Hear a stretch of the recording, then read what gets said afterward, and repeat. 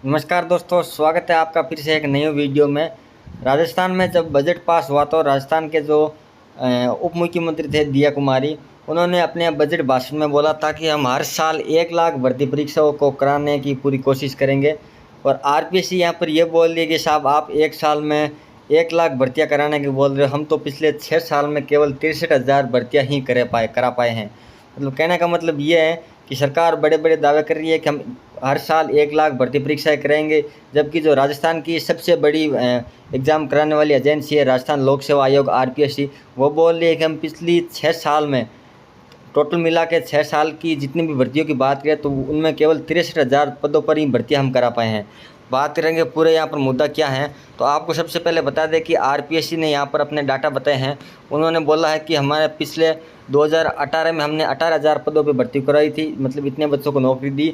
2019 में हमने 10,000 यहाँ पर नौकरियाँ दी। 2020 में 5,000 पद के लिए नौकरी दी। 2021 में 2914 पदों पर भर्ती करवाई। और 2022 में 10,000 और 2023 में 17,000। 6 साल का टोटल मिला के बात करें तो भी हमारे 1 लाख नहीं हुआ, वो हुआ 63,000। अब सरकार बोल रही है कि हमें एक साल में 1 लाख प्लस भर्तियाँ हम करेंगे। तो अब ये पॉसिबल कैसे है, तो इसके लिए आरपीएससी ने क्या बोला है।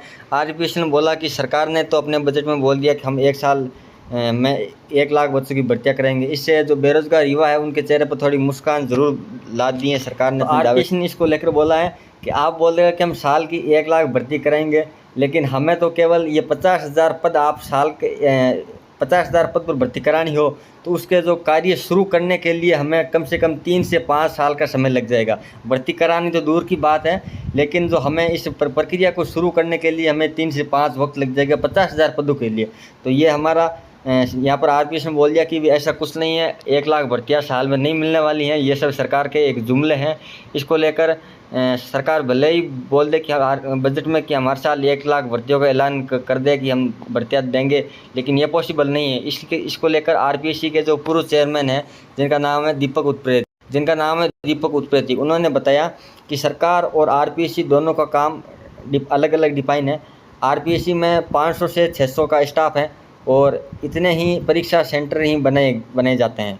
यानी आरपीएससी का चपरासी से लेकर चेयरमैन तक को परीक्षा में लगना पड़ता है। आरपीएससी परीक्षा करा सकता है और नहीं कराने का कोई कारण नहीं है। इसके लिए एक फ्रेम के तहत काम करना होगा। सरकार को मार्च से पहले ही सभी विभागों की रिक्तियों और पदों का आकलन करने की अभ्यर्थी जारी करनी होगी, तभी जाकर आरपीएससी के कैलेंडर में ये शामिल हो सकेंगे। लेकिन अभी तक की स्थिति ये है कि अभ्यर्थना की देरी से आती हैं। किसी विभाग की जनवरी में आ रही हैं तो किसी विभाग की अक्टूबर या दिसंबर में। आयोग परीक्षा कैलेंडर बनाने से पहले यह भी देखना होता है कि कोई परीक्षा अन्य परीक्षा की तिथि से टकराव नहीं हो रहा हो। ज़रूरी अवकाश भी देखने होते हैं। सरकार अगर पहले से ही सभी विभागों के पदों का आकलन कर ले और आरक्षण की स्थिति तय कर दे, तो समय पर प्रार्थना पत्र भेज दे, तो ये काम कराना थोड़ा आसान हो जाता है। लेकिन सरकार है उनकी जो पदों का आकलन होता है वो टाइम पर हो नहीं पाता है, इसलिए भर्तियाँ भी टाइम पर नहीं हो पाती है। तो thanks for listening video carefully. अगर आपको वीडियो अच्छा लगे तो लाइक करो, चैनल को सब्सक्राइब करो। धन्यवाद।